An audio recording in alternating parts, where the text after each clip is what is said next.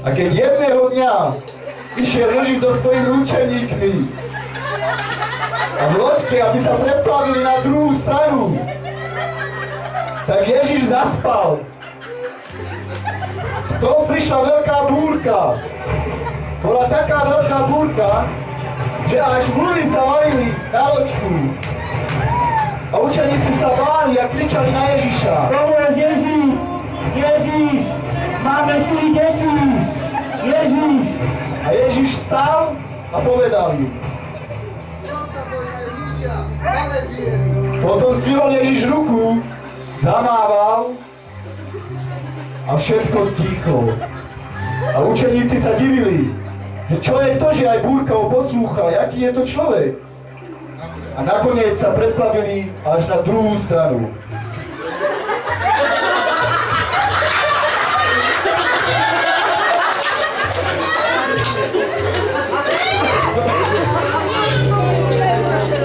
Keď sa preplavili na druhú stranu, len čo vystúpili z loďky, hneď mu priniesli chorého človeka, ktorý nemohol ani chodiť. A keď Ježiš videl ich vieru, tak im povedal.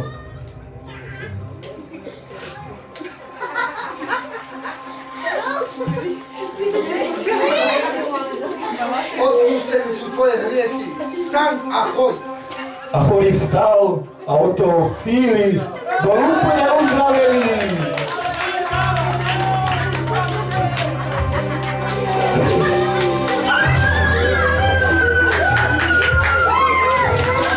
A toto nebol posledný zázrak, ktorý Ježiš spravil.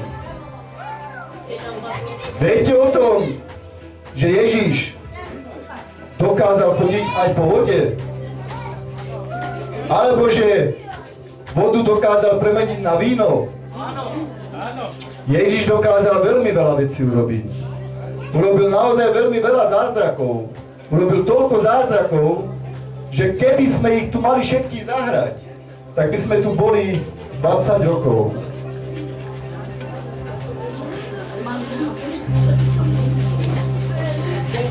A bol raz jeden muž. Tento muž bol veľmi vážený.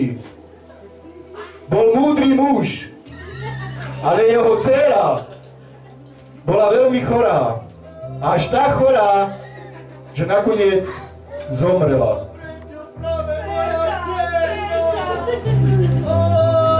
A keď zomrelo to dievča, Ježiš akurát ten deň prechádzal okolo. A keď to otec tej dcery videl, že tam je Ježiš, utekal k Ježišovi, poklonil sa mu a prosil ho. A Ježiš išiel za ním. Ale v tom prišla žena, ktorá bola 12 rokov chorá a chcela sa ho len dotknúť, lebo si povedala, že ak sa ho dotkne, tak uzdravie. Ježiš sa otočil, pozrel na ňu a povedal jej. Tú chvíľu ona postavila sa a bola zdravá. A Ježiš išiel ďalej do domu. A videl tam, že jej matka veľmi plače, tak jej povedal. A potom poslal všetkých von z domu.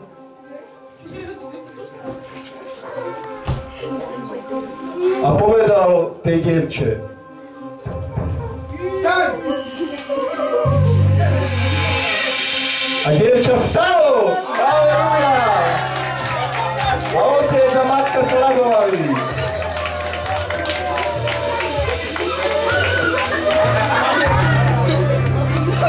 A Ježiš išiel ďalej a prechádzal tým krajom. A až odišiel Ježiš na druhú stranu. Až odišiel na druhú stranu.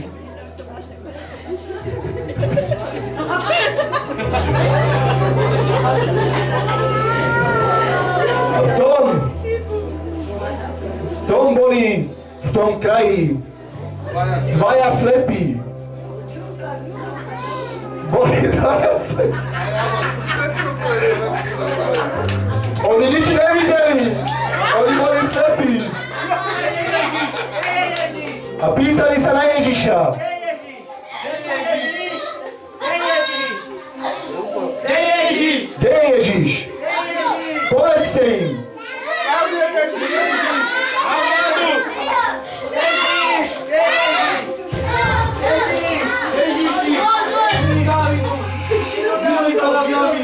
Ježiš pristúpil k ním a povedal im. Veríte, či to môžem urobiť? On si klakol Ježiš, dotkol sa ich očí a oni zrazu videli. Vaša viera vás uzdravila.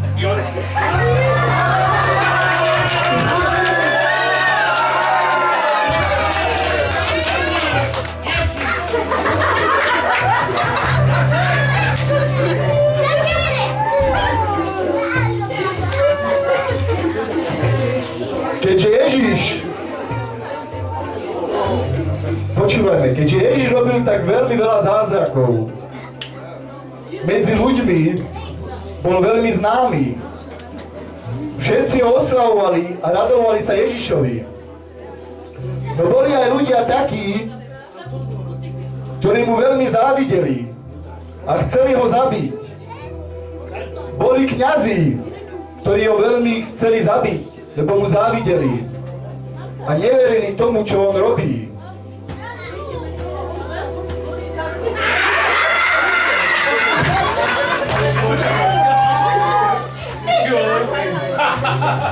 A v tom,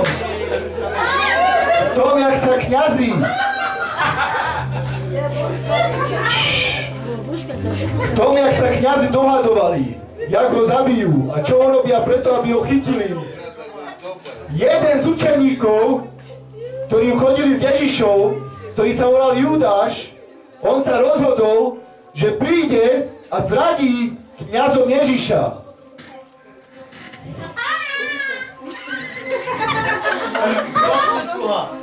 Volám sa Judáš. A čo ťa sem privádza? Počul som, že hľadáte Ježiša. Áno, hľadáme, chceme ho ukrižovať. Ak mi dáte nejaké penieži, tak vám prezradí. Keďo peniaze? A hodinky so zlatým náramkom by si nechcel? Počúvaj. Ježiša hľadajú všetci, chcú ho zabiť. Áno, chceme ho zabiť. Ja vám prezradím, kde je teraz. Keď mi dáte 30 strieborných a jednu klobásku.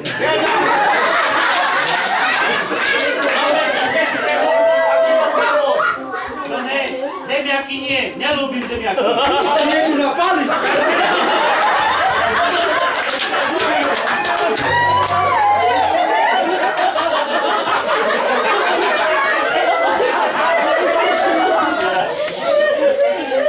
Nechceš brambory, tak čo chceš? Nedáme ti 30.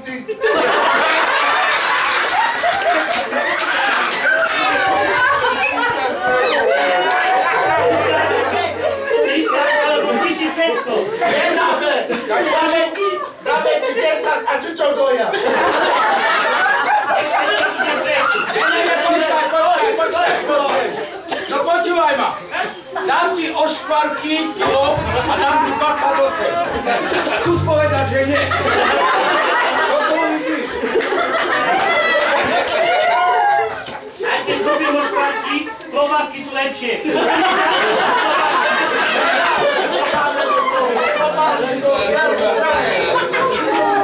Tak ide. Počkaj. Práca. Ty hnešná duša. Takže 30 strieborných a klobásku. hoď mu ich. Vlastne ja idú ich mám.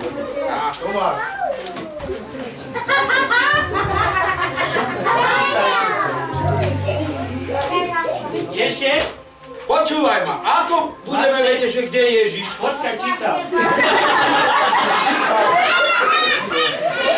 Ešte 20, 30. Spokojný sluha. Dobre, ukážem vám, kde je. No, dobre. A jak budeme vedieť, že to je on? Poboskám ho na pravé lico. Nepomýli sa, nepoboskáš na ľave. Poďte.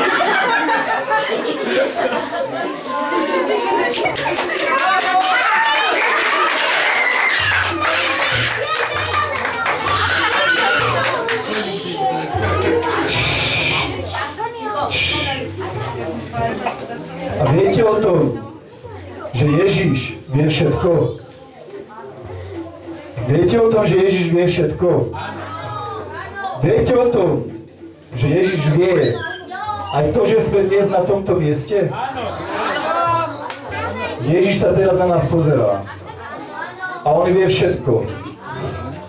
A keďže Ježiš vie všetko,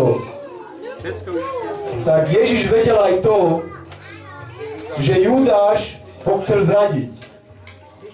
A keď o tom vedel, tak išiel do záhrady a tam sa modlil.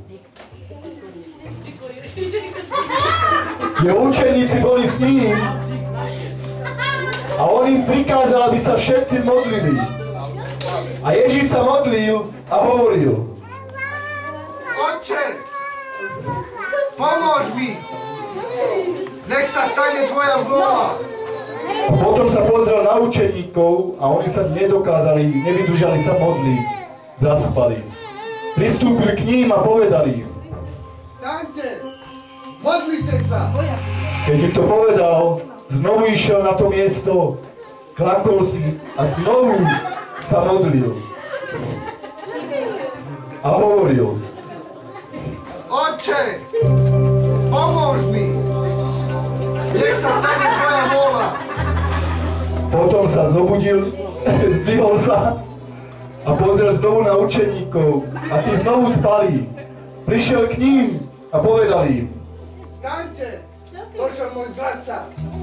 A v tom, jak to povedal, prišiel Judáš s kňazmi. Prišiel k Ježišovi a poboskal ho.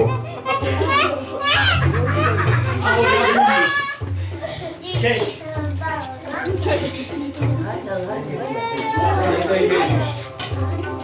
A oni kňazi ho chytili. Keď ho kňazi chytili, Peter povstal, vyťahol meč a chcel. Pane, ja ich zabijem! To bolie s mečom, zomre s mečom! A učeníci utiekli. A kňazi odviedli Ježiša.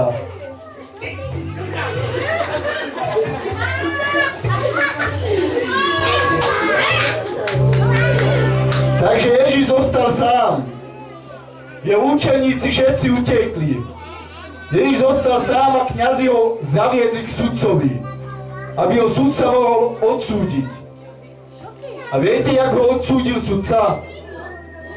Že ho ukrižujú. Ale ešte predtým, než ho mali ukrižovať, Ježiš dostal veľmi veľkú bitku. Ježiš, ktorý bol s kňazmi a ktorí ho odviedli a odsúdili ho, kňaz prikázal, sudca prikázal,